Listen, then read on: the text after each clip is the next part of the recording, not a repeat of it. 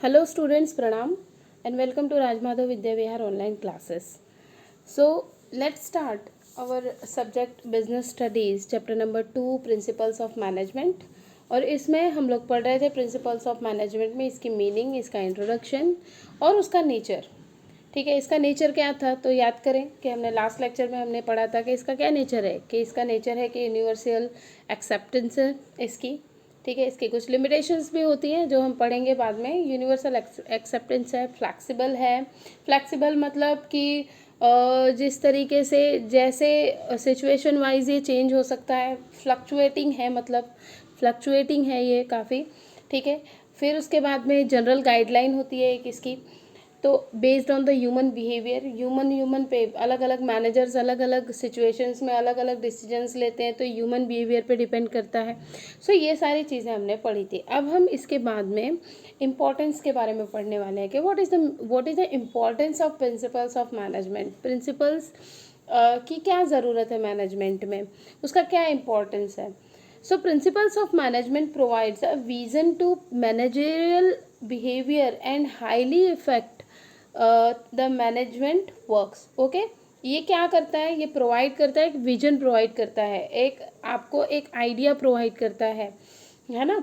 आपको क्या बताता है ये, आपको आपके लिए एक ये क्या है कि एक विजन है जो मैनेजरियल बिहेवियर है, मतलब कि आप उस जगह पे क्या करेंगे. ठीक है, जो भी काम आप करते हैं वो इफ़ेक्ट करता है कंपनी पे डायरेक्टली, आपके मैनेजमेंट वर्क पे इफ़ेक्ट करता है.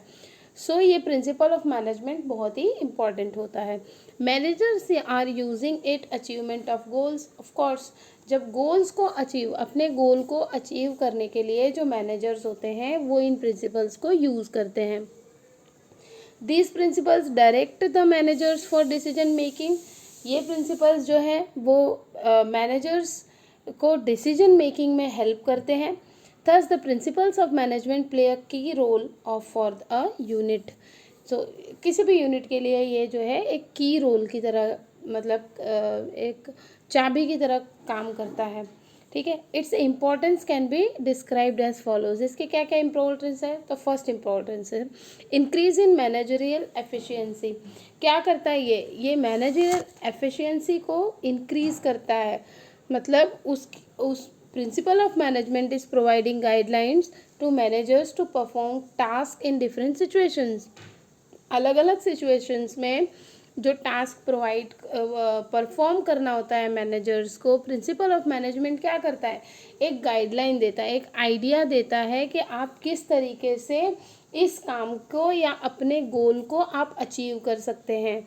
अंडरस्टूड, कैसे आप अपने जो भी आपका पर्पस है, जो भी आपका मोटिव है, उसको आप कैसे अचीव कर सकते हो, इसके लिए आपको एक गाइडलाइन प्रोवाइड करता है. due to which improvement is functioning of a business unit and gain the managerial efficiency is also seen.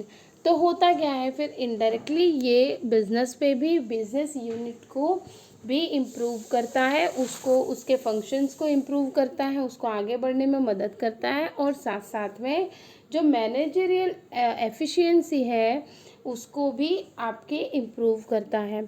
ठीक है, सेकंड क्या है, maximum uses and effective administration of resources.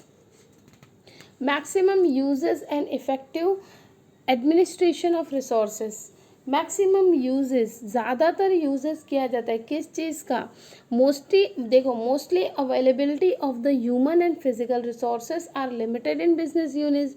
ठीक है, होता क्या है, ह्यूमन और फिजिकल रिसोर्सेज मतलब जो लोग जो मेहनत करते हैं, लोग जो काम करते हैं, बहुत ही, अब सबको तो हम भर नहीं लेंगे, जितना होगा उतना, तो बहुत ही लिमिटेड होता है ये सारी चीज़ें. फिजिकल जो रिसोर्सेज होते हैं वो बहुत ही लिमिटेड होते हैं.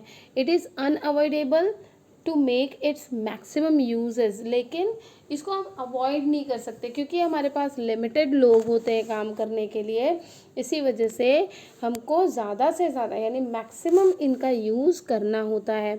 Here meaning of the word maximum is that to make uses of resources through the principles of management. मतलब कि लोगों का उपयोग जो है, लोगों के काम का जो उपयोग है वो प्रिंसिपल्स ऑफ मैनेजमेंट के आधार पर ही करना चाहिए। ठीक है, एक्चुअली में कि इन रिसोर्सेज का यूज़ जो है वो प्रिंसिपल्स ऑफ मैनेजमेंट के ऊपर ही डिपेंड होना चाहिए। इनका मैक्सिमम जो यूजेस हो वो इसी तरह से करना चाहिए। Various they can get maximum benefit with minimum cost मतलब कि वो मैक्सिमम बेनिफिट ले सकते हैं कंपनी या मैनेजर और कि मिनिमम कॉस्ट से। ठीक है, एक ही आदमी अगर 2 काम या 3 काम कर सकता है तो अगर करवाया जाता है उससे, तो वो 3 लोगों का अगर काम कर रहा है तो 3 लोगों की सैलरी, 2 लोगों की सैलरी बच रही है, एक ही आदमी सैलरी ले रहा है।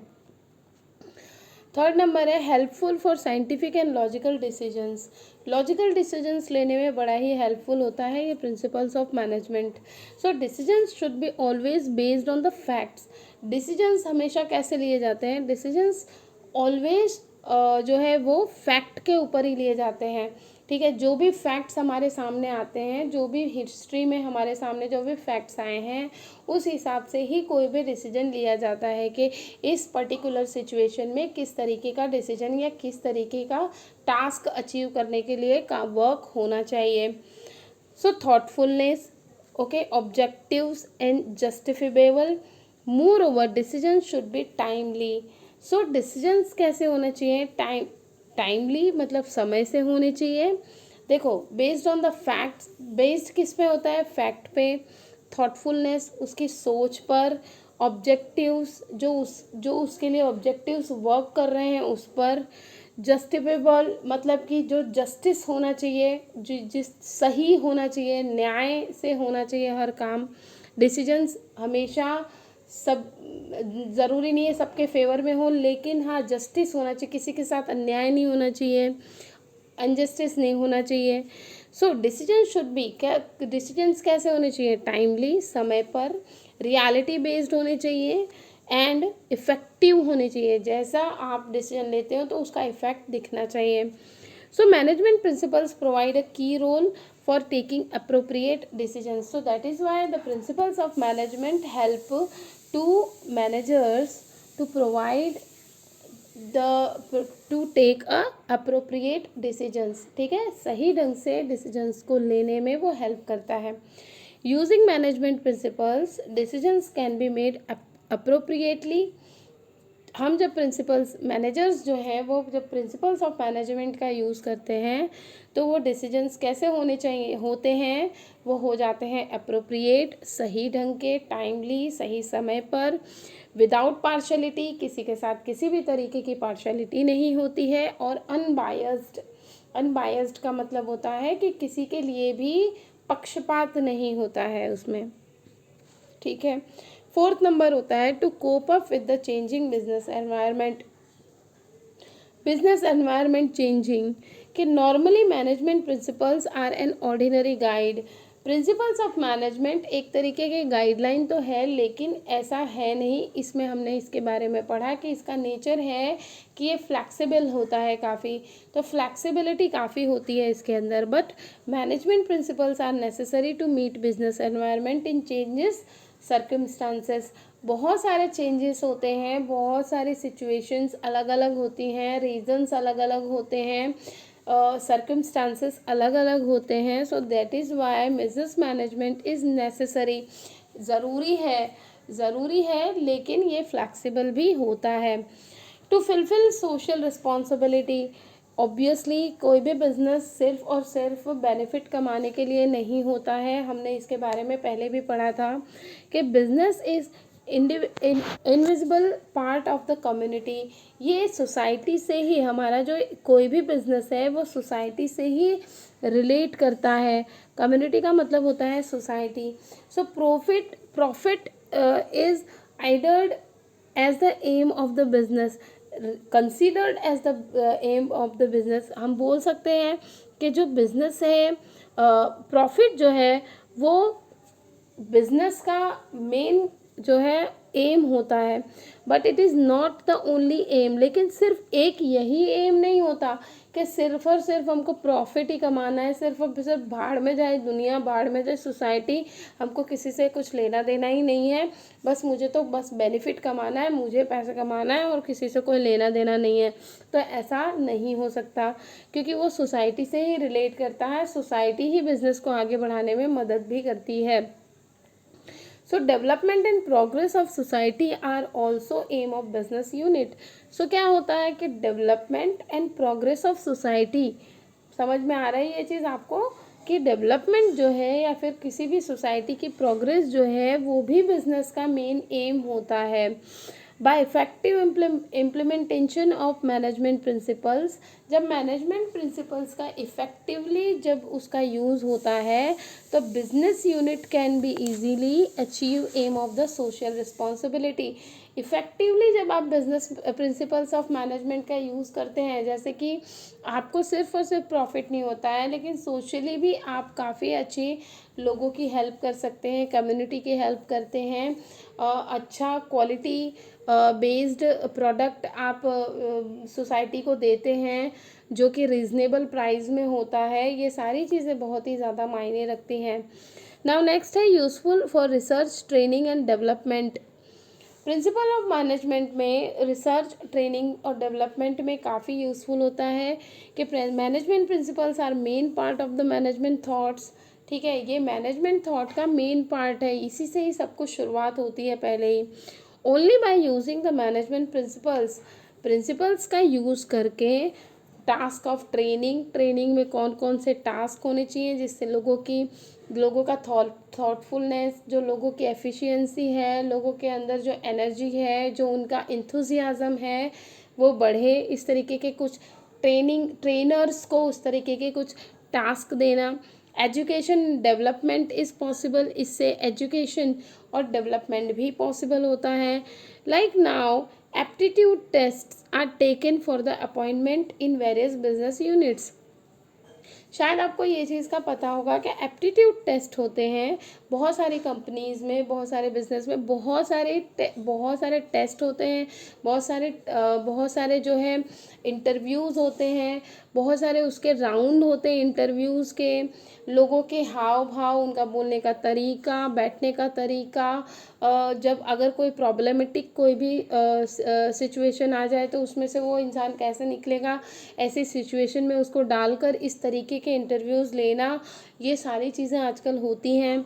सो this aptitude test are prepared for the research. ये जो एप्टीट्यूड टेस्ट होते हैं ये आपको तैयार करते हैं रिसर्च के लिए, and by the implementing the using management principles, और प्रिंसिपल्स ऑफ मैनेजमेंट को इम्प्लीमेंट करने के लिए आपको तैयार करते हैं। Though the appropriate employees are appointed.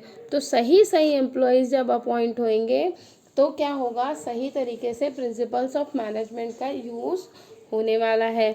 ठीक है, नेक्स्ट हम पढ़ते हैं थॉट्स ऑफ मैनेजमेंट। मैनेजमेंट के थॉट्स क्या है मैनेजमेंट का थॉट। तो मेरे ख्याल से मैनेजमेंट के थॉट में क्या होना चाहिए, सिर्फ और सिर्फ बिजनेस का भला ही वो चाहते हैं। जैसे कि management thoughts are the outcome of